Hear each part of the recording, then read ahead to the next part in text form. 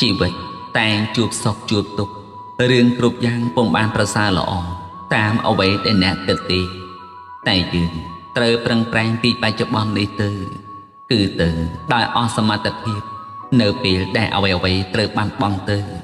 ដោយភាពមិនខ្ជិលច្រអូសរបស់ខ្លួនវាពុំមែនជាកំហុសដែលយើងត្រូវបន្ទោសលើខ្លួនឯងឡើយអ្វីដែលយើងធ្វើខុសកន្លងមកកំហុសគ្រប់យ៉ាងចាត់ទុកជាមេរៀននៃបទពិសោធន៍ក្នុងជីវិតផ្ទាល់ខ្លួនរបស់អ្នកយើងត្រូវរៀនអភ័យទោសលើខ្លួនឯងកុំយកដៃទះក្បាលលើខ្លួនឯងថាខ្លួននេះល្ងីល្ងើឲ្យសោះ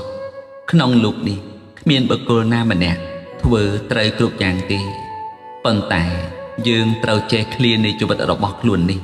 ត្រូវធ្វើចិត្តឲ្យបានសុខស្ងប់ផងការយល់ព្រមលើកលែងតួកំហុសឲ្យខ្លួនឯងដែលកន្លងពោះទៅហើយនោះគឺជាការដោះលែងខ្លួនឯងឲ្យមានសេរីភាពព្រមទៅដោយចិត្តសុខស្ងប់ផងជីវិតគេជីវិតយើងខុសគ្នាកុំប្រៀបធៀបជីវិតរបស់ខ្លួនទៅអ្នកដទៃឲ្យសោះរាល់នៃការជំរឿសជាផ្លូវនៅក្នុងជីវិតនេះគឺជាផ្លូវផ្ទាល់ខ្លួនរបស់អ្នកនៃការសម្រេចចិត្តលើខ្លួនឯងដែលបានផ្ដោតតម្លៃជំរឿសរបស់ខ្លួនគឺជាកូនសោដ៏សំខាន់ណាស់ដែលការពារអ្នកមិនឲ្យស្ដាយក្រោយក្នុងរឿងអតីតកាលការមិនស្ដាយក្រោយមិនមែនមានន័យថាជីវិតយើងគ្មានការខុសឆ្គងនោះទេប៉ុន្តែវាជាការជំរឿសដែលយើងត្រូវឈរលើភាពដ៏ស្មោះត្រង់លើខ្លួនឯង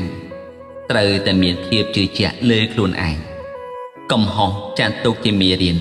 ត្រូវលើកដៃចង្អុលទៅលើសៀតថាក្បាលរបស់អ្នកត្រូវចងចាំនៅក្នុងជីវិតថា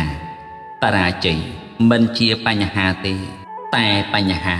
មកពីយើងមិនធ្វើក្នុងរឿងនោះឲ្យល្អប្រសើរទើបបរាជ័យចេះតែកើតមានឡើងបរាជ័យមិនជាអ្វីទេតែអ្វីដែលយើងត្រូវយកបរាជ័យមកពិចារណាគឺយើងធ្វើបរាជ័យនោះឲ្យคล้ายជាបទពិសោធន៍នៃភាពវៃឆ្លាតរបស់ខ្លួនឲ្យរឹងមាំជាងមុន